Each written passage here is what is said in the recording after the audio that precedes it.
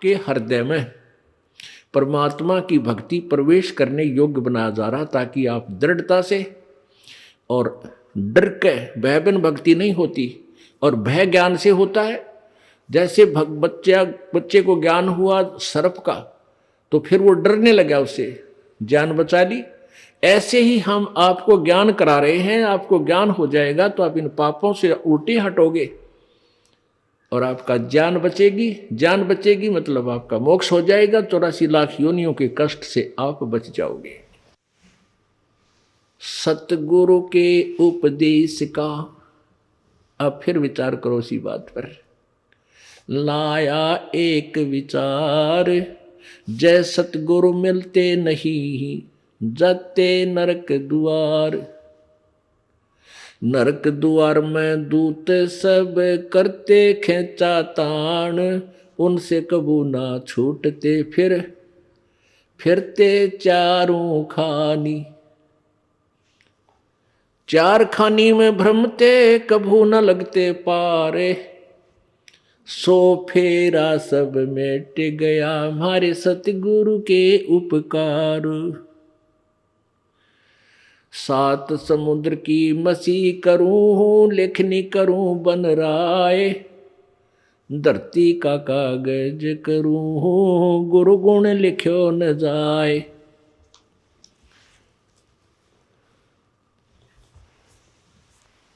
गुरु मानुष कर जानते ते नर कहिए अंध, ओए दुखी संसार में आगे यम के फंदे। और जब आपको सतगुरु मिल जाते हैं, आपका कैसा उनके प्रति व्यवहार हो, गुरु से अधिक ना कोई ठहराई, मोक्ष पंथ नहीं गुरु बिन पाई। अब परमात्मा कहते हैं कि गुरु जी के बिना आपका कोई भी भक्ति मार्ग सफल नहीं हो सकता। उसके लिए उदाहरण भी दे रहे हैं। उसके लिए उदाहरण देते हुए परमात्मा बता रहे हैं कि तुम राम और कृष्ण जी को तो बहुत बड़ा मानते हो, उन्होंने भी गुरु बनाए। श्री कृष्ण जी ने दुर्वासा जी को, और श्री रामचंद्र जी ने वशिष्ठ जी को गुरु बनाया। क्योंकि श्री कृष्ण जी के जो संदीपनी गुरु थे वो अक्षर ज्ञान कराने वाले थे, जैसे बच्चे को पढ़ाई सिखाया करें, क ख ग घ ङ। और दुर्वासा जी उनके आध्यात्मिक गुरु थे श्री कृष्ण जी के, और वशिष्ठ जी श्री रामचंद्र जी के आध्यात्मिक गुरु और साथ में अक्षर ज्ञान गुरु दोनों ही थे। तो क्या बताते हैं कबीर, राम कृष्ण से कौन बड़ो, उन्हों भी गुरु कीन, तीन लोक के वे धनी, गुरु आगे अधीन। राम कृष्ण बढ़ती पुर राजा, तीन गुरु बंद कीन निज काजा।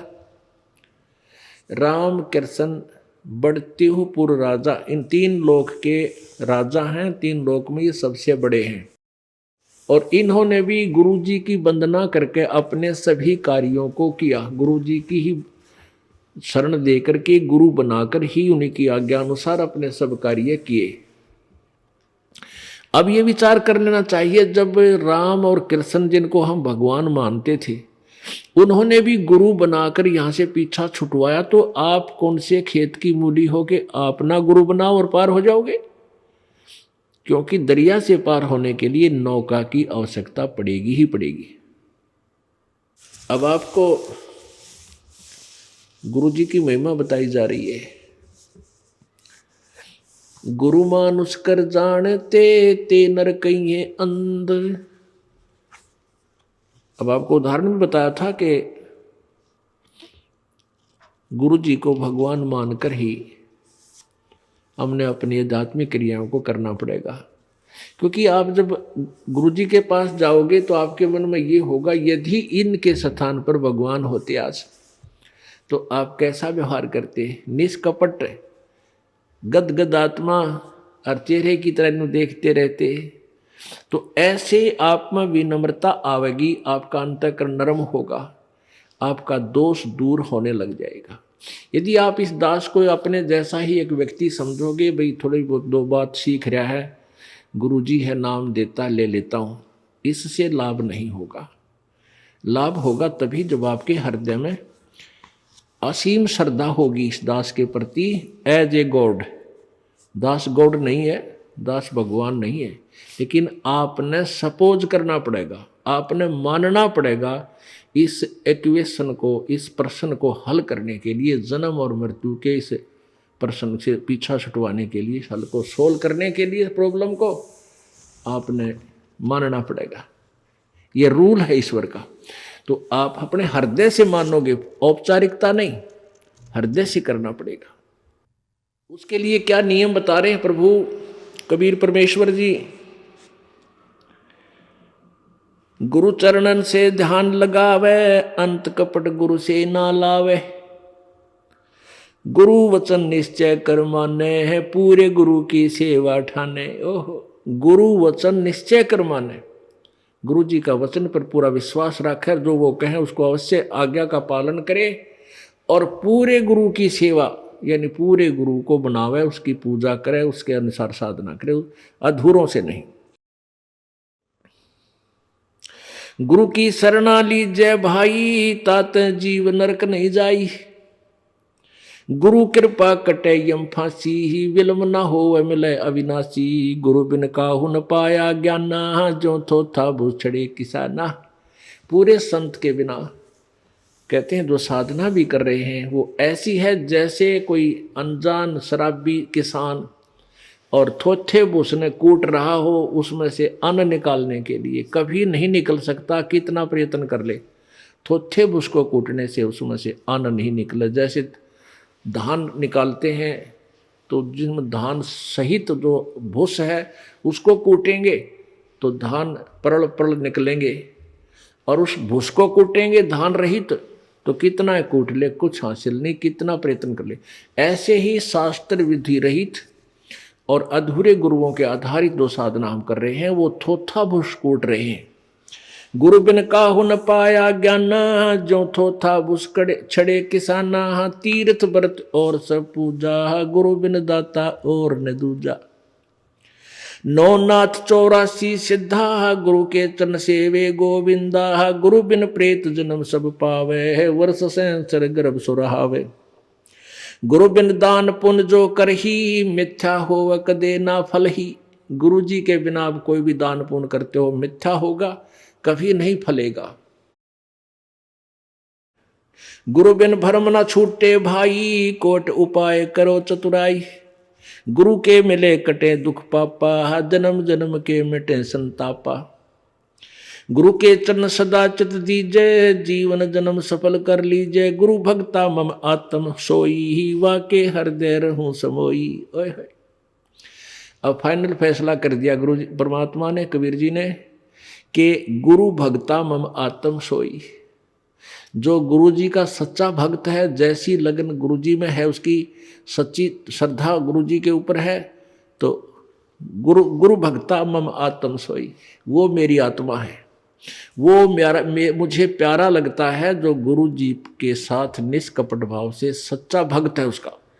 गुरु भक्ता मम आत्म सोई, वाके हृदय रहूं समोई। मैं उसके हृदय में समाया रहूंगा। जब तक आपके हृदय में प्रभु समाये रहेंगे तो आपकी श्रद्धा भगवान में बनी ही रहेगी। आपके मन में जरा सा भी मैल दास के प्रति आएगा किसी भी पॉइंट से, भगवान वहां से हट जाएगा। जब भगवान का पंजाब से हट गया तो आप नदी कोबद सोचोगे, सारी उल्टी भावना बन जाएंगी। आज ये दास आपको अच्छा लगता है, फिर आपको दुश्मन दिखाई देगा, क्योंकि काल प्रवेश कर जाएगा। जब आपका नाम खंड हो जाएगा, ये पहली पहचान होगी, आपकी रुचि नहीं बनेगी इस दास में। उसका तरीका यही है कि फिर आपको ज्ञान है भगवान का तो फिर आइए, और किसी भी कारण से आपका नाम खंडित है, उपदेश दोबारा मालिक के चरणों में विनती कीजिए और उपदेश पुनर्प्राप्त कर लीजिए, फिर आपका फिर कनेक्शन जोड़ देगा। बहुत दयालु है प्रभु। गुरु भक्ता मम आत्म सोई, वाके हृदय रहूं समोई। 68 तीर्थ भ्रम भ्रम आवे, सो फल गुरु के चरण पावे। ओह, 68 तीर्थों में भ्रम भटक कर आवे, इससे अच्छा एक ही गुरु के चरणों में आने से आपको वो सभी लाभ, सब लाभ मिल जाए। वहां तो कोई लाभ है ही नहीं। तीर्थों पर भ्रमण करते हैं, कोरे पाप कमावे, कोई पुण्य नहीं है। लेकिन हम भ्रमित कर दिए, वहां नहाने से ऐसा होगा, वहां नहाने से ऐसा होगा। तो परमात्मा उसी दृष्टिकोण से उदाहरण देकर आपको समझाते हैं। क्या बताते हैं? 10वां अंश गुरु को दीजिए, जीवन जन्म सफल कर लीजिए। 10वां अंश अपनी कमाई का, नेक कमाई का 10वां अंश दान में लगावा, गुरु जी को देवे, जीवन जन्म सफल कर लीजिए। 10वां अंश गुरु को दीजिए, जीवन जन्म सफल कर लीजिए। गुरु बिन होम यज्ञ नहीं कीजिए, गुरु की आज्ञा माए रहीजे। गुरु जी के बिना कोई भी आपका धार्मिक अनुष्ठान आपने नहीं करना है और गुरु जी की आज्ञा में ही चलना है। अब कितनी गहरी वाणी बोली है प्रभु ने। गुरु सुरतुरु सुरधेनु समाना, पावे चरणन मुक्ति परवाना। आप जो सतगुरु हैं, पूरे गुरु हैं, देवताओं के एक सुरतरु बताते हैं। स्वर्ग में एक सुरतरु, देवताओं का वृक्ष, तरु माने वृक्ष, कहते हैं उसके नीचे बैठकर जो भी कामना करते हैं वही मनोकामना पूर्ण हो जाती है। सुरतरु बोलते हैं उसके, देवताओं का वृक्ष। और एक सुरधेनु यानी देवताओं की गाय, उसके पास जाकर के जो भी याचना करते हैं उसी वही यानी आहार, उसको खाद्य पदार्थ बना बनाया तैयार मिल जाता है। तो कहते हैं गुरु जी, सतगुरु जो होते हैं वो सुरतुरु भी है और सुरधेनु भी है। गुरु गुरु सुरतुरु सुरधेनु समाना, पावे चरण मुक्ति परवाना। तन मन धन अर्प गुरु सेवे, हो गलतान उपदेश ही लेवे। तन मन धन अर्प, अर्पण करके और गुरु जी की यानी शरण ग्रहण करे, उपदेश ले।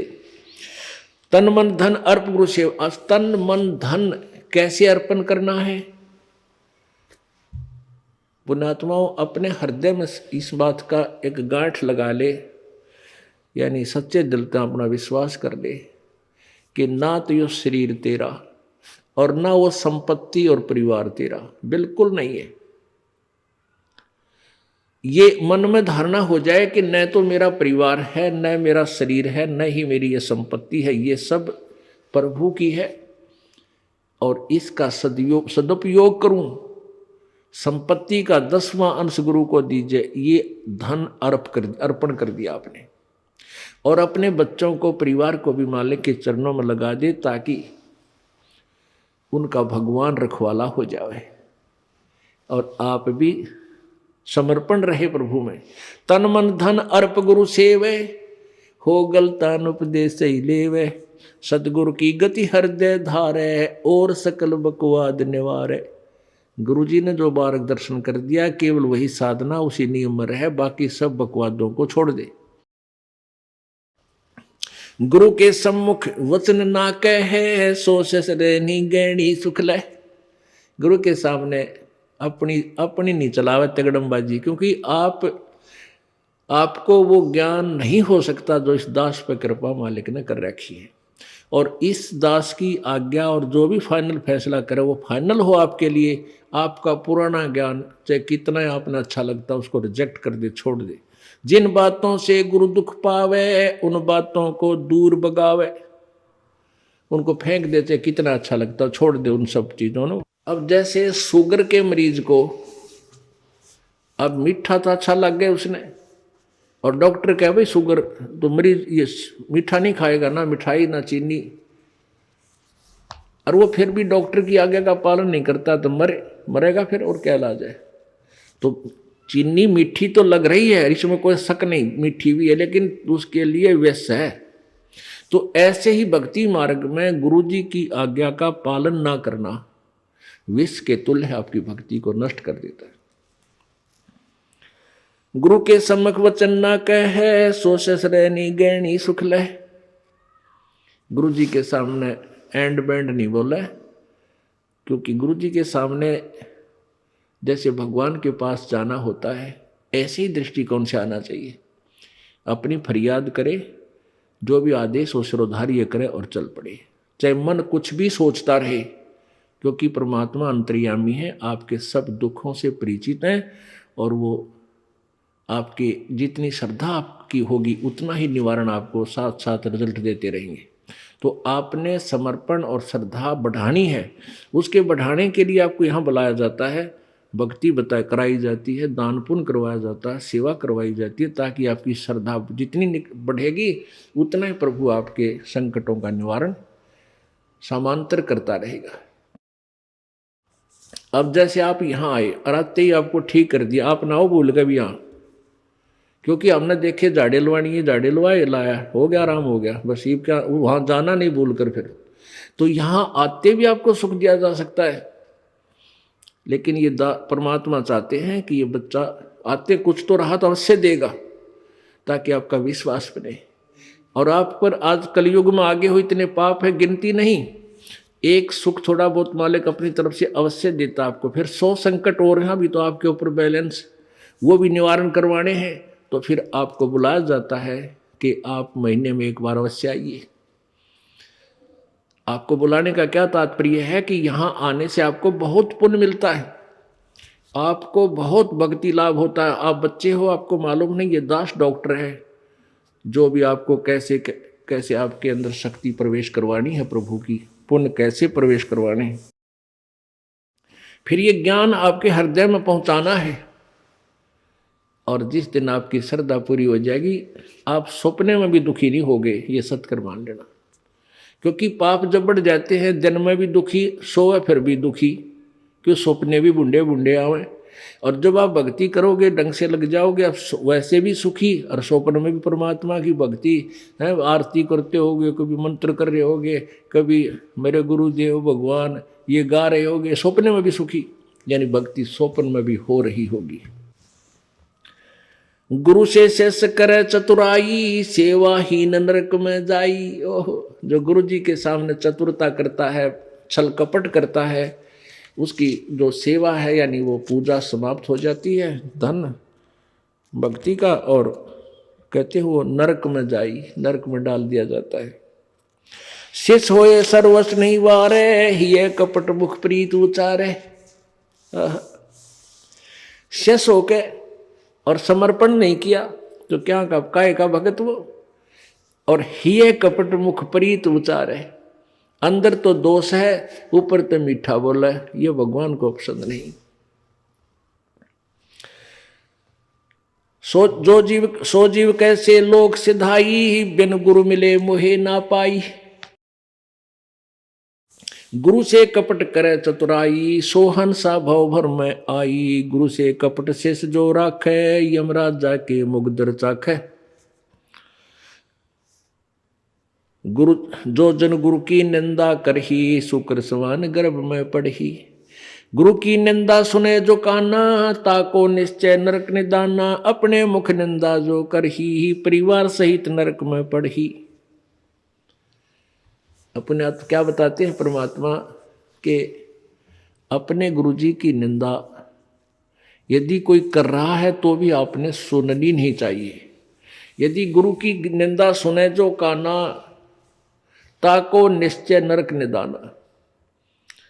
जिसने गुरुजी की निंदा कान से भी सुन ली किसी नालायक ने, कहते हैं तो भी तू नरक में जाएगा, तेरा नाम खंड हो जाएगा। अब यहाँ समस्या एक आती है कि जैसे कोई व्यक्ति है निकम्मा, वो बुराई कर रहा है गुरुजी की, आप बैठे हो, ट्रेन में बैठे हो, बस में बैठे हो, या कहीं ऐसे स्थल पर बैठे हो, और वो चलो ऐसे वैसे स्थान पर हो तो उठ कर चला जा, आदमी इतना तो कर ही सकता है। लेकिन बस में बैठे हैं, ट्रेन में बैठे हैं, काफ़ी लंबा सफ़र है, और वो कोई निंदा कर रहा है और आप सुन रहे हो, तो आपके मन में शंका होगी कि मेरा तो नाम खंड हो जाएगा। नहीं होगा। क्यों नहीं होगा? क्योंकि सुनने का अर्थ ये है, जैसे कोई आपके गुरुजी की बुराई कर रहा है, आप सुन रहे हो, लेकिन आपके हृदय में वो नहीं समा रही है कि सच ठीक कह रहा है। आपका मन ये कह रहा है ये अनजान व्यक्ति है, इसको पता नहीं, ये वैसे ही कह रहा है। आपके हृदय में उसके हाँ में हाँ नहीं बनी तो आपने सुनकर भी नहीं सुनी। ये इनमें बहुत अंतर होता है एक एक बात में। और यदि आप उसके कहने से आपके हृदय में ऐसा आ गया कि हो सकता है हमारे गुरुजी ने ऐसा गलत काम कर ही दिया हो, तो आपने सुन ली, वो सुन ली, और आपके मन में स्वप्न में भी नहीं आए कि ये जो कह रहा सच्ची हो सकती है, तो आपने नहीं सुनी, तो आपको दोष नहीं। गुरु की निंदा सुने जो काना, ताको निश्चय नरक निदाना। अपने मुख निंदा जो करही, परिवार सहित नरक में पड़ही। गुरु को तजय भजय जो आना, ताक पशुआ को फोकट ज्ञाना। ओए होए, अपने गुरु को छोड़कर और दूसरे में आस्था बनाता है। अब जैसे आप किसी भी कोई भी आपको इस भक्ति मार्ग का ये ज्ञान दास से सुनकर आपको कोई सुना रहा है भक्त, और आपकी श्रद्धा उस भक्त में हो जाती है, वो हो ही तो बहुत अच्छा है, बहुत प्यारा है, और उससे के चरण छूने लग जाए और उसी के ऊपर आसक्त हो गए, तो आपका गुरुजी से नाम खंड हो गया। इस दृष्टिकोण से परमात्मा कहते हैं गुरु को तजय भजय जो आना, ता पशुआ को फोकट ज्ञाना। उस पशु ने को कोई ज्ञान नहीं है, वो भक्त नहीं है। जो अपने गुरु को छोड़कर दूसरे में ठीक श्रद्धा बनाता है, उसमें आसक्त होता है, उसी को पूजा शुरू कर देता है। अब पुण्यात्माओं, एक एक पॉइंट पर बहुत गहराई सोचना है। अब कोई भक्त ज्ञान सुना रहा है, बहुत अच्छी बात है, उसके द्वारा सुने ज्ञान पर अमल करे और उससे कहे भाई मुझे भी गुरुदेव के पास ले चलो, मेरा कल्याण करा दो।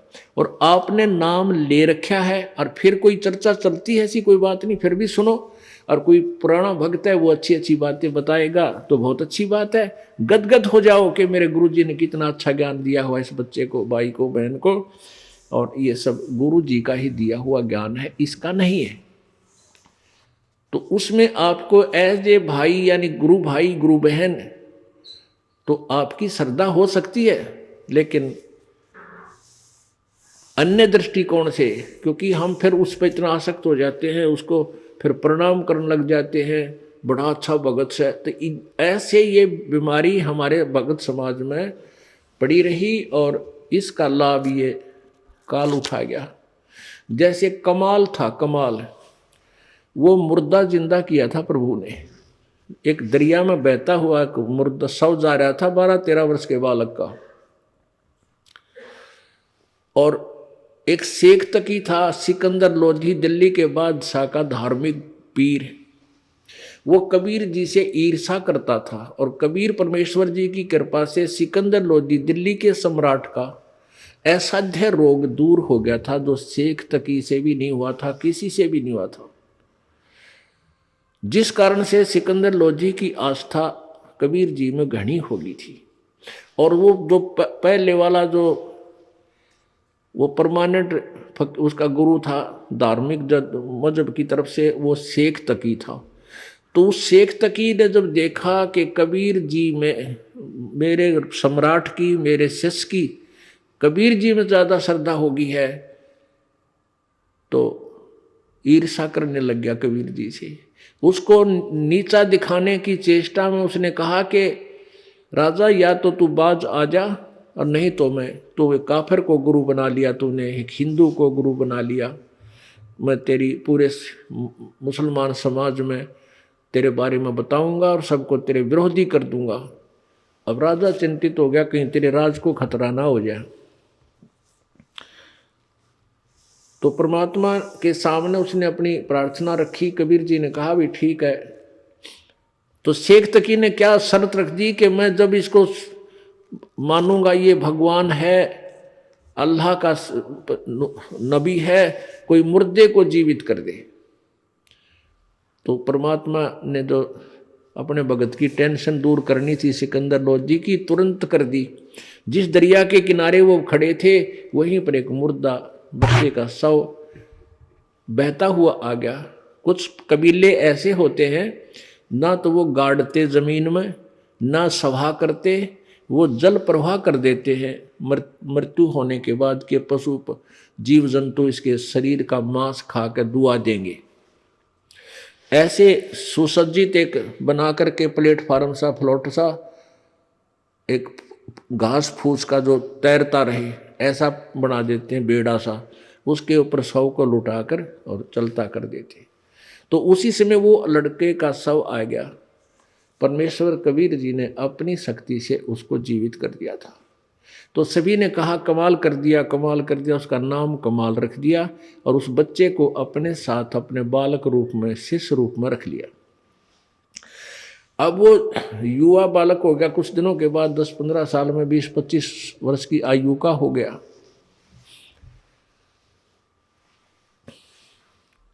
तो वो परमात्मा से ज्ञान सुनकर, कबीर जी का ज्ञान सुनकर वो भी ज्ञान औरों को सुनाने लग गया। जैसे बताते हैं भक्त, आप भी बताते हो और भी बताते हैं।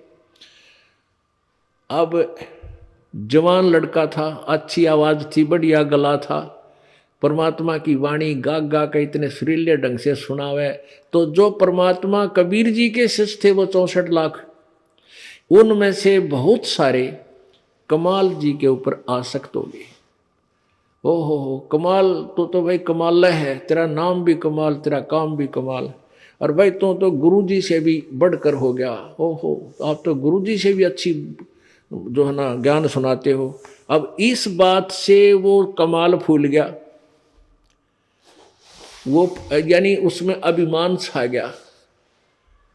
और कबीर जी परमात्मा उसको बार बार धिक्कारते थे, उसको धमकाते थे कि निकम्मे तू अपना कर्म बना ले और प्रभु मत बनाए।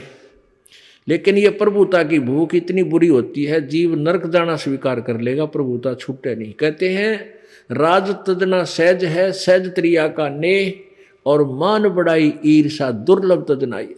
और जब तक ये नहीं तजे जाएंगे इतना भगवान नहीं मिले। तो हम निकले भगवान के लिए, हमें पता है मनुष्य जीवन मिला भगवान प्राप्ति के लिए, और फिर उसमें कोई वस्तु बाधा उसने फेंक दे तुरंत तोड़ के, उसको एक तरफ फेंके तो भगवान मिला। लेकिन उस कमाल ने परमात्मा के आदेश का पालन किया नहीं, तो प्रभु ने उसको धमका दिया। वो वहां से निकलकर परमात्मा से रुष्ट होकर, अक्षुब्ध होकर, खिन्न होकर के वहां से निकल गया और जाके कहीं दूर देश स्थान पर रहने लगा, जहां के वो नालायक भक्त गुरुजी के शिष्य उसको चाहते थे, वहीं चला गया, वहां रहने लग गया। अब वहां रहा, उसने एक छोटा सा आश्रम बना लिया। अब पुण्यात्मा समर्थ जो कार्य करता है कोई जीव नहीं कर सकता। जैसा कल उदाहरण दिया था कि जैसे वायु बहुत लंबी चौड़ी है, बहुत ज़्यादा था है, और उसमें से एक टायर में पंप से हवा भर भी ली, वो टायर ट्यूब में टायर में डालकर ट्रक में डाल दिया, ठीक है वो काफ़ी सहयोगी होगी वह हवा उसको, लेकिन वो तो सीमित है। ऐसे ही किसी भक्त ने, उस कमाल ने परमात्मा की कुछ दिन सेवा करके, दोनों नाम दिया, उसकी भक्ति करके कुछ शक्ति अवश्य होगी थी, लेकिन वो जीव ही था। और वो अनजान भक्त जो परमात्मा के शिष्य थे कबीर जी के, उस पर आसक्त हो गए। तो यहाँ बताते हैं गुरु को तजय भजय जो आना ता पशुआ को फोकट गया ना। जब कबीर खुद बालक बैठे और उस वो कमाल के टिंडे देगा उन्हें, कमाल की बात। यहीं से हम गिरते, सतर गिरता गिरता यहाँ आ लिए। हम सतलोक में इसी तरह गिरे थे। हम अपने भगवान को छोड़कर परमेश्वर कबीर जी सत्य पुरुष को, और ये ज्योति निरंजन काल वहाँ तपस्या कर रहा था एक टांग पर खड़ा होकर। हमने अपने भगवान से हृदय हटा के इसमें लगा लिया, और इसका फल यो मिला। आज गधे कुत्ते सूअर 84 लाख योनियों में कितना कष्ट उठा रहे हम, और फिर वही फिर दोहरा रहे हैं, क्योंकि ज्ञान नहीं हमने। तो उसने क्या किया, कमाल ने वहां रहने लगा। अब जो भक्त परमात्मा के पास आते थे उनको सुख होया करता खूब। अब वो चेले बन गए कमाल के। अब 5-4 वर्ष तो उनके काम ठीक चले, क्योंकि जो हैंडपंप से पानी उन्होंने ले लिया था वो जब तक चला उनकी पुण्य कमाई, तब तक तो वो दुखी हुए नहीं। फिर कोई काम उनका होने लगा नहीं, तो धीरे धीरे वो कमाल से भी हट गए। अब कमाल ने 5-4 और चेले रख रखे अपने आश्रम में रख रहे। तो वो कहने लगे गुरुजी यहाँ भगत तो आने ही बंद हो गए। तो उन्होंने कहा भाई यूँ करे कि गुरुजी का जन्मदिन मनावांगे कल, जेठ की पूर्णमासी आ गई, सब न कह दे भाई कल जेठ उतरते की पूर्णमासी है और गुरुजी का प्रगट दिवस बनाएंगे और खीर ख्यार बनावांगे, भंडारा करेंगे, सभी गांव वालों दूध लाइयो, दूध पहुंचाना। अब पहले कोई समागम करता था तो गांव वाले खुश होकर दूध ले जाते थे और ठोक देते थे ड्राम के ड्राम। अब किसी का लाभ हुआ नहीं, सारे बयान बैठी होगी, दूध रहा ना ढंगता, तो सब कपटी हो गए। अब सब ने सोचा भी बखत से दूध डालावांगे और ना डाल कावांगे तो यू नाराज हो जाएगा, कदे शराब स्वरूप ना दे दे, कमाल है। और प्रत्येक के मन में, क्योंकि परमात्मा कबीर जी खेल खेलते हैं। अब वो जो भगत थे गांव वाले, जो 50-60-100 जितने भी थे, उन्होंने सबके मन में के दुर्भावना आ गई कि बखत तो उठ कर सबसे पहले मुंह अंधेरे जाऊंगा और दूध की जगह पानी का लोटा डालूंगा, किसने बेरा पट्टा है। अब सुबह सुबह लाग गई लाइन, अकमारा जी सत साहेब, कहाँ भाई सत साहेब, आज दूध लाए हैं, डाल दो भाई वहाँ ड्राम में जो से पहले कराया करते। अब कपड़ा उठावें और पानी तरड़ा डालें, गुरु जी ने महाराज जी ने पता लग जाएगा हाँ डाल रहा है कुछ, दूध डाल गया। एक आधे भगवान ने उसमें दो चार दूध भी डाल दिया होगा। कमाल बोला भाई आता दूध बहुत आ गया और बच्चों खीर बना लो। अब वो लागे खीर बनाने, वो ड्राम पानी का भरा, थोड़ा बहुत दूध उसमें कितना गिर गया को भगवान। तो कहने लगे गुरुजी तो सारा पानी का फुल भरा है। कमाल बोला झूठ बोलो, देखा जागे सारा पानी का भरा, किसकी खीर बनी थी। इतना शर्मिंदा हो गया, रात्रि में उस आश्रम ने छोड़ के पता नहीं कित मरिया जाके छोड़ चल गया। तो इस प्रकार परमात्मा कहते हैं अब आप भी मरिया और उन शिष्यों, उन पुण्यात्माओं को ले डूबिया, नकमी आत्मा जो परमात्मा से जुड़ी थी। गुरु को तजय भजय जो आना, तापसुआ को फोकट ज्ञाना। गुरु से बैर करे शिष जोई, भजन नास और बहुत बिगोई। पीढ़ी सहित नरक में पर ही, गुरु आज्ञा शिष लोप जो कर ही। चेला अथवा उपासक होई, गुरु सुमुख ले झूठ संजोई। निश्चय नरक पड़े से सोई, वेद पुराण भाकत सब कोई। सम्मुख गुरु की आज्ञा धारे, और पीछे ते सकल निवारे। एक सामने आकर के तो हाँ जी हाँ जी हाँ जी, और पीछे ते छोड़ देने ये जरा फिर देखेंगे। तो कहते हैं सम्मुख गुरु की आज्ञा धारे और पीछे ते सकल निवारे, यार सब ने रिजेक्ट कर बैठे। ऐसे नकली शिष्यों का उद्धार नहीं होता। सोच से घोर नरक में पड़ही, रुद्राद पीवे नहीं तरही। मुख पर वचन करे परवाना, घर पर जाए करे विज्ञाना। मुख पर तो सारी बात माने और घर पर जाकर चौधरी पाक अपने हिसाब से सेटिंग करो ना, नो ऐसे ठीक नहीं गुरु, ये ऐसे होना चाहिए। तो परमात्मा कहते हैं आप जीव हैं और जीव संज्ञा में ही रहना चाहिए। आपने परमात्मा की आज्ञा में कोई भी दोष नहीं निकालना चाहिए, फाइनल हो। अब गुरु जी की आज्ञा देगा आपको। हम क्या आज्ञा देते हैं भाई, बीड़ी मत पीना, शराब मत पीना, तम्बाकू मत पीना, बुराई ना करना, चोरी मत करियो, रिश्वत मत लेना, भगवान पर विश्वास रखना, भक्ति करना, आनुपाशा मत करना। और ये सारी ही ना करने की है और ये आज्ञा पालन करने की है। और ये भी नहीं करोगे फिर भगत कैसे, व्यर्थ। मुख पर वचन करे परमाना, घर पर जाए करे विज्ञाना। जहाँ जावे ता निंदा करही, सोच घोर नरक में पड़ही। ऐसे शेष को ठाहर नाही, गुरु विमुक्त लोचत मन माही। वेद पुराण कहे सब साखी, साखी शब्द सब है यो बाकी। मानुष जन्म पाए कर खोवे है, सतगुरु विमुखा युग युग रोवे। अब सतगुरु से विमुख होने वाला कहते हैं युग युग रोएगा। परमेश्वर आए थे सतगुरु रूप में, सन 1398 में प्रकट हुए थे बालक रूप में, और सन 1518 में वो परमात्मा 120 वर्ष रहकर सतगुरु की भूमिका करके सशरीर गए थे। तो उस समय जो हम 64 लाख के 64 लाख और परमात्मा से विमुख हो गए थे, हम सतगुरु से विमुख हो गए थे, और उनके विमुख होए हुए प्राणी युग युग रो रहे हैं। आज तक हम भटक रहे हैं, भरम रहे हैं, क्योंकि हमने परमात्मा को परमात्मा नहीं माना। क्यों नहीं माना? क्योंकि हम अशिक्षित थे। अशिक्षित होने के कारण हम उन गुरुओं की जो संस्कृत भाषा जानते थे, वेद पुराणों को पढ़ते थे, उन्हीं को हम विद्वान मानते थे। और वो कबीर परमात्मा जो हमें ज्ञान देते थे, और जो ज्ञान वो संस्कृत भाषा के जानने वाले गुरु बताते थे, ऋषि बताते थे, वो कबीर जी के विपरीत था। कबीर जी का ज्ञान उनके विपरीत था और शास्त्रों के अनुकूल था। अब वो शास्त्रों के ज्ञाता माने जाने वाले ऋषि और ब्राह्मण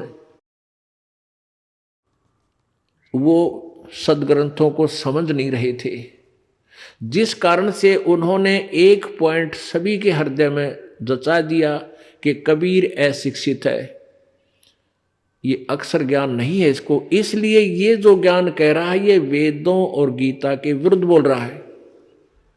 तो इस बात का दाव उन नकली गुरुओं संतों का लगा रहा कि भाई सचमुच कबीर जी तो अशिक्षित हैं, अक्षर ज्ञान नहीं, और ये जो संस्कृत भाषा बोलता है ये वेदों और पुराणों का जानकार है, क्योंकि वो सभी शास्त्र संस्कृत भाषा में लिपिबद्ध थे।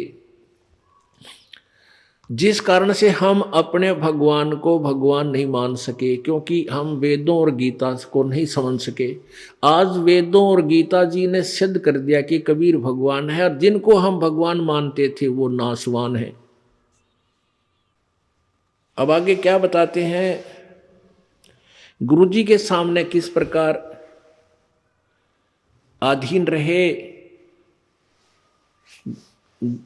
गरीबदास जी परमात्मा भी कहते हैं, गरीबदास जी भी कहते हैं अपने भगवान कबीर जी की के द्वारा प्राप्त ज्ञान को, गुरुद्रोही की पैड़ पर जय पग आवे बीर, 84 निश्चय पड़ है सतगुरु कहें कबीर। जो गुरु जी का विरोधी हो जाता है, गुरुद्रोही बन जाता है, जो नाम त्याग जाता है, फिर अपने ढंग से बकवाद करता है, गुरु जी की निंदा करता है, वो गुरुद्रोही कहलाता है। और उसका फिर आपने संग नहीं करना, उसके साथ बात भी नहीं करनी चाहिए। तो उसके विषय में बताते हैं, गुरुद्रोही की पैड़ पे जय पग आवे बीर, यानी उसके कदम में कदम नहीं मिलावे, पैड़ पे पैड़ रखना, उसका सहयोग संग नहीं करे, उसकी बातों की हाँ में हाँ नहीं मिलावे। तो कहते हैं गुरुद्रोही की पैड़ पे जय पग आवे बीर, 84 निश्चय पड़े सतगुरु कहे कबीर। अब कहते हैं दो कर जोड़ गुरु के आगे, करबो विनती चरना लागे, अति शीतल बोले सब बहना, मिटे सकल कपट के बहना। हे गुरु तुम हो दीन दयाला, मैं हूं दीन करो प्रतिपाला, बंदी छोड़ मैं अति अनाथा, बहु जल बूढ़त पकड़ो हाथा। अब कहते हैं गुरु जी के सामने ऐसे भी नम्र हो, बातें करे। दो कर जोड़ गुरु के आगे, करे वो बिनती चरना लागे, अति शीतल बोले सब बहना, मिटे सकल कपट के बहना।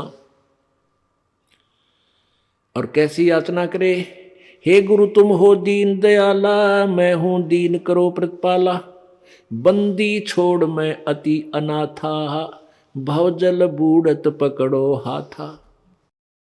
दीजो उपदेश गुप्त मंत्र सुनावो, जन्म मरण भव दुख छुड़वाओ।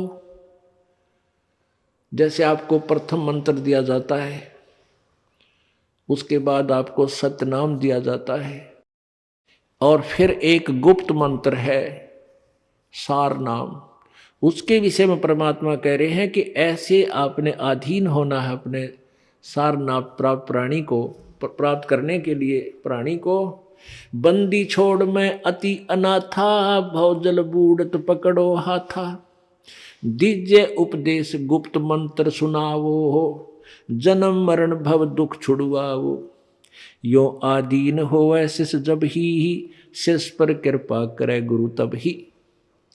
कि गुरु के लिए भी संदेश दे रहे हैं जो अपना कृपा पात्र भेजते हैं प्रभु, कि जब इतना अधीन प्राणी हो ले तब गुरु उसको गुप्त मंत्र देवे जो सतगुरु है, वैसे नहीं देवे, वो व्यर्थ हो जाएगा, लाभ नहीं होगा।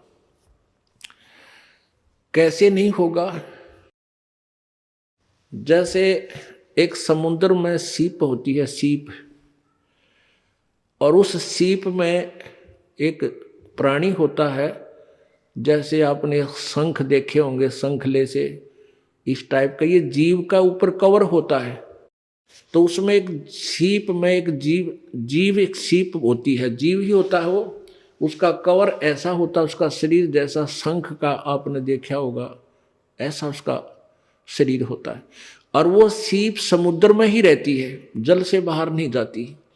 और उसको जब प्यास लगती है वो जल के ऊपर आ जाती है समुद्र के, और आसमान से जब वर्षा हो रही हो, रजा हो प्रभु की, उस समय आसमान से वर्षा हो तो उस वर्षा के जल को वो मुख में ग्रहण कर लेती है, और उस आसमान से गिरे हुए जल से को प्राप्त करके मुंह बंद कर लेती है।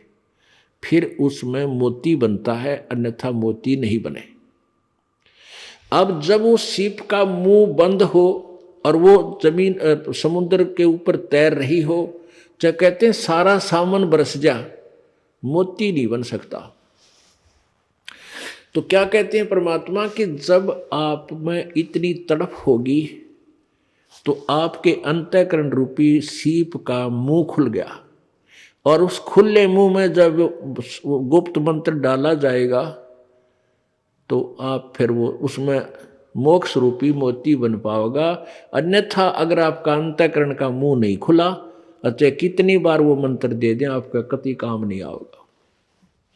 तो यहाँ क्या कहते हैं, यो आदीन हो ऐसे जब ही शिष्य पर कृपा करे गुरु तब ही, गुरु से शिष्य जब दीक्षा मांगे है, मन कर्म वचन धरे धन आगे। गुरु से जब शिष्य दीक्षा मांगे और मन कर्म वचन धरे धन आगे, मन कर्म वचन से तो आपकी सच्ची लगन हो, और धरे धन आ गए, यानी जितनी भी आपकी दीक्षा योग्य तो आप चाहते पूजा 10 2 4 10 रुपये वो अवश्य उसमें दे। कहने का भाव ये है, ऐसी प्रीत देखे गुरु जब ही, गुप्त मंत्र कहे गुरु तब ही, भक्ति मुक्ति को पंथ बतावे है, बुरो होण को पंथ छुड़ावे, ऐसे शिष उपदेश ही पाई, होए दिव्य दृष्टि पुरुष पै जाई।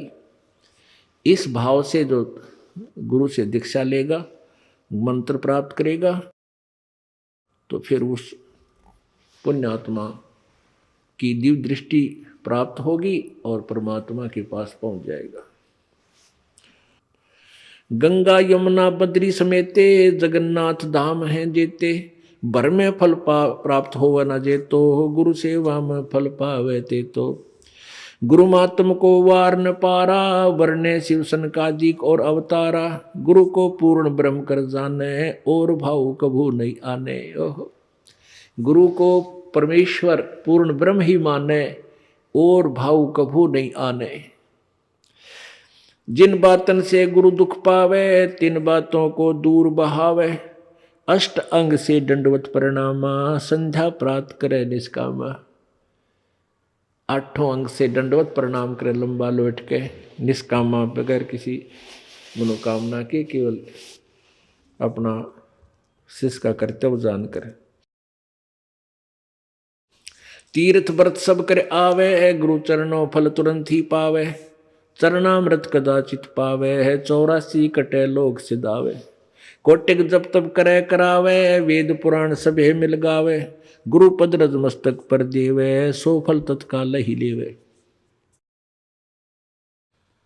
अब क्या बताते हैं, कोटिक जप तप करे करावे, चाहे जप कर ले किसी भी मंत्र का, गुरु जी बगैर पूरे संत से लिए हुए, और वेद पुराण सभे मिल गावे, यानी सभी यही बताते हैं, गुरु पद रज मस्तक पर देवे, सो फल तत्काल ही लेवे। अब गुरु जी के पास आगे हैं तो रज मस्तक पर आप लाएगी, यानी गुरु जी का आशीर्वाद प्राप्त हुआ, उपदेश मिल गया, फिर भक्ति करे तो सब फल इसी भक्ति और नाम में आपको मिलेंगे। परमात्मा कहते सुमन से भला होगा ना तो भला ना हो, यानी गुरु जी से उपदेश ले, फिर भक्ति करे, सुमन करे।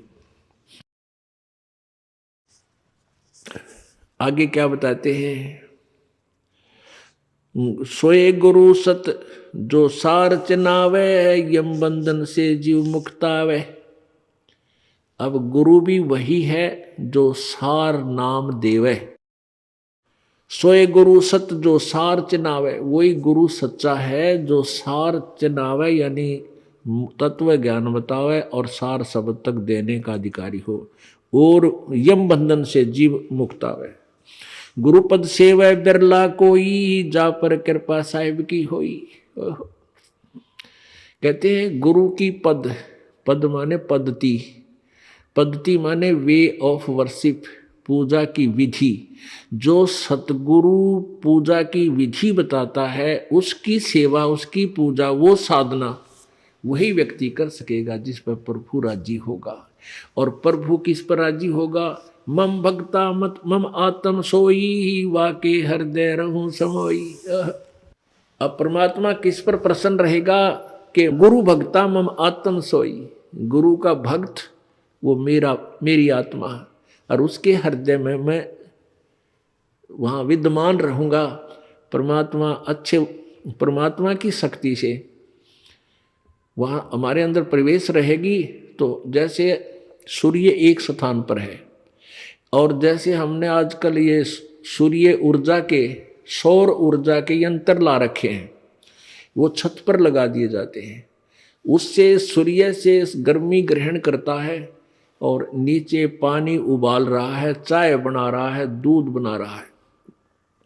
तो वो सूर्य की जो शक्ति उसमें आई, उसने संग्रह किया, वो उसमें वो आने का रास्ता है, और वो डिफेक्ट हो गया तो फिर सूर्य वहीं है, कोई काम नहीं करेगा। ऐसे ही कहते हैं जब तक तू गुरु जी का भक्त बना रहेगा तो मैं आपके हृदय में, अर्थात मेरी शक्ति तेरे अंदर काम करती रहेगी। तो यह कहते हैं गुरुपद सेवै बिरला कोई, जापै कृपा साहिब की होई, क्योंकि काल डगमग कर ले जाता है। और गुरु जी के पद, गुरु जी की पूजा, गुरु जी द्वारा बताई गई भक्ति विधि, वो पद बोलते हैं इसको। कोई बिरला ही इसको करेगा जिस पर कृपा मालिक की होगी। आप देख लो, अरबों खरबों मनुष्य हैं इस पृथ्वी पर, अरबों खरबों मानव हैं, उनमें से कितनी पुण्यात्मा है जो भगवान के इस यथार्थ मार्ग को स्वीकार किए हुए। परमात्मा इसी विषय में कह रहे हैं, गुरुपद सेवै बिरला कोई, जापै कृपा साहिब की होई। गुरु महिमा सुखदेव जो पाई, चढ़वी मान बैकुंठा जाई। गुरु बिन वेद पढ़े जो प्राणी, समझे न सार रहे अज्ञानी। अब जैसे कहते हैं गुरु गुरु में भेद है, गुरु गुरु में भाव, सोए गुरु सराइये, जो सार शब्द लखावे दाव। अब जैसे सुखदेव जैसों ने भी गुरु बनाए, राजा जनक को गुरु बनाया। राजा जनक केवल स्वर्ग तक जाने पहुंचाने वाले ही टिकट बना सकता था, और वो सुखदेव ऋषि ने बनवाली स्वर्ग तक चला गया, वो भी गुरु के बिना नहीं जा सका। पहले ये स्वयं पूर्व जन्म की सिद्धि थे, पूर्व जन्म की कमाई भक्ति से वैसे स्वर्ग भी जाता था, लेकिन स्थायी स्थान नहीं मिलता था वहां पर। इसको वापस भेज दिया गया कि यहाँ आने का तो अधिकारी नहीं है विष्णु लोक में। फिर इसको बताया गया कि तू गुरु बना और गुरु के आदेश से भक्ति कर, फिर तू मेरे पास स्वर्ग में तुझे स्थान मिलेगा। क्या बताते हैं, गर्भ योगेश्वर गुरु बिना, लाग्या हर की सेव। कह कबीर बैकुंठ से वो, फेर दिया सुखदेव। राजा जनक गुरु कियो फिर कीने हर की सेव, कह कबीर बैकुंठ में उल्ट मिले सुख देव। अब जैसे यहां तक की भक्ति जो आपने स्वर्ग ब्रह्म लोक तक की भी करनी है तो भी इनके गुरु ही बनाने पड़ते हैं। तो इन गुरु गुरु में भेद है, गुरु गुरु में भाव। एक तो प्राइमरी का टीचर अध्यापक 5वीं कक्षा तक पढ़ावे, एक 10वीं तक का टीचर है, एक लेक्चरार है। तो कहते हैं गुरु गुरु में अंतर है। तो कबीर परमात्मा सतगुरु है। गुरु बिन वेद पढ़े जो प्राणी, समझे न सार रहे अज्ञानी। अपने आत्माओं अभी तक वेदों को सत्य मानने वाले, वेदों के ऊपर आश्रित ये ऋषि महर्षि ब्रह्मा विष्णु महेश तक भी वेदों को नहीं समझ सके। और कबीर परमेश्वर ने आकर के इन वेदों का ज्ञान अपनी सिंपल लैंग्वेज में पहले ही दे रखा था। अब इस दास पे कृपा करी, उन वेदों को देखा, गीता जी को देखा, तो परमात्मा की वाणी में जो पहले ज्ञान लिखा था वो वेदों और गीता से मेल खाता है। और उसके विपरीत जो अन्य ऋषि महर्षि वेदों के आधार पर जो अपने अनुभव की पुस्तकें लिखे हुए हैं, उन्होंने ज्ञान बताया है, वो सारा वेदों के विपरीत है। तो इस विषय में परमात्मा आप ही बता रहे हैं कि गुरु बिन वेद पढ़े जो प्राणी, और समझे ना सार रहे अज्ञानी। पुणात्माओं, आज का सत्संग कहां से प्रारंभ हुआ था? सतगुरु गुरु गुरु गोविंद दोनों खड़े, किसके लागू पाए, बलिहारी गुरु अपना, जिन गोविंद दियो मिलाए। फिर परमात्मा कहते हैं जय इब कै सतगुरु मिले। इतना ज्ञान समझ में आने के बाद प्राणी को प्रेरणा हो जाती है, जय इब कै सतगुरु मिले, सब दुख आँखों रोए, चरणों ऊपर शीस धरूं, कहूं जो कैडी होए। कबीर गुरु जी मिलेंगे, कबीर साईं मिलेंगे, पूछेंगे कुशलात, आद अंत की सब कहूं, अपने दिल की बात। अब गुरु जी के सामने आप जाते हो, आपके हृदय में जैसी भी भावना, जो प्रेरणा होती है, वो अंतर्यामी परमात्मा यानी प्रभु सब समझ जाता है। परमात्मा ने ये एक कंप्यूटर रखा हुआ अपना शुद्ध करके, और उस परमात्मा के पास इसके माध्यम से सब आपकी भावनाएं ऑटोमेटिक चली जाती हैं। जो तुम सोचकर आते हो, जो आप प्रेरणा ले रहे हो, क्योंकि वहीं से सिमरण करने लगते हो, लाइन में लगते ही ऐसे कहूँगा ऐसे कहूँगा, और वहाँ आकर आप कुछ कह पाते हो, कुछ नहीं कह पाते हो। लेकिन उसके कंप्यूटर में आपकी वो सारी जा चुकी है इस दास के माध्यम से। तो इस प्रकार परमात्मा कहते हैं कि तुम जाकर के गुरु के चरणों में शीश रखते हो, आपकी आत्मा गदगद हो जाती है। आपके अंदर की जो भी फीड था वो मैटर मालिक के पास पहुंच गया, वो अंतर्यामी है। आप क्या चाहते हो, आपको क्या कष्ट है। तो यहां परमात्मा कह रहे हैं कि कबीर साईं मिलेंगे, पूछेंगे कुशलात, आदि अंत की सब कहूं, अपने दिल की बात। तो आपने मुख्य तौर पर क्या कहना है कि गुरु जी तुम ना भूलियो, चाहे लाख लोग मिल जाए। ये परमात्मा हमसे दृष्टि मत हटाना, चाहे आपके लाखों से सो जाए। आपको तो हमारे जैसे बहुत मिल जाएंगे शिष्य, लेकिन आप जैसे सतगुरु हमको नहीं मिल सकते।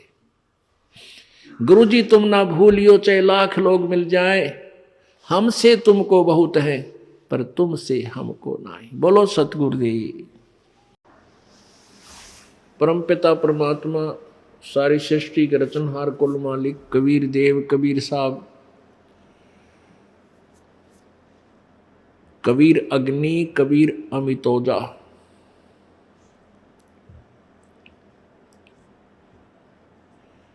ये वो परम अक्षर ब्रह्म है जिनके विषय में गीता जी अध्याय नंबर 8 के श्लोक नंबर 1 में अर्जुन ने पूछा है कि किम तत्ब्रह्म कौन है।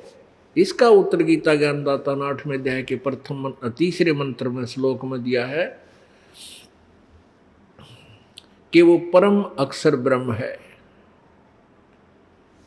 ये ब्रह्म जो है, ब्रह्म का अर्थ परमात्मा होता है, भगवान होता है। अब 3 ब्रह्म 3 परमात्मा पवित्र गीता जी अध्याय नंबर 15 के श्लोक नंबर 16-17 में प्रमाणित है। 2 पुरुष, एक सर पुरुष, एक अक्षर पुरुष। सर ब्रह्म कहो, अक्षर ब्रह्म कहो, अक्षर ब्रह्म कहो, सर पुरुष कहो, अक्षर पुरुष कहो, एक ही बात है। पुरुष माने भी परमात्मा, प्रभु, और ब्रह्म का अर्थ भी भगवान होता है। अब इसलिए ब्रह्म, परब्रह्म और पूर्ण ब्रह्म, परम अक्षर ब्रह्म इसलिए कहा गया कि ये नकली भगवान भी हैं। ये नासवान भी अपने आप को ब्रह्म सिद्ध किए बैठे हैं, अपने आप को भगवान कहलाते हैं। वैसे भगवान का अर्थ होता स्वामी। भगवान का यानी राम का, प्रभु का अर्थ होता है स्वामी। 7 संख ब्रह्मांड, 21 ब्रह्मांड का राम है, ब्रह्म है, स्वामी है, ज्योति निरंजन काल, जिसे ब्रह्म बोलते हैं। क्योंकि ये 21 ब्रह्मांड का मालिक है, इसलिए ये भी ब्रह्म यानी परमात्मा, भगवान कहलाता है। और 7 संख ब्रह्मांड का स्वामी है अक्षर पुरुष, ये भी परब्रह्म कहलाता है, ब्रह्म से दूसरा भगवान। और असंख्य ब्रह्मांड का जो स्वामी है, overall controller, overall almighty, overall controller, वो परम अक्षर ब्रह्म है।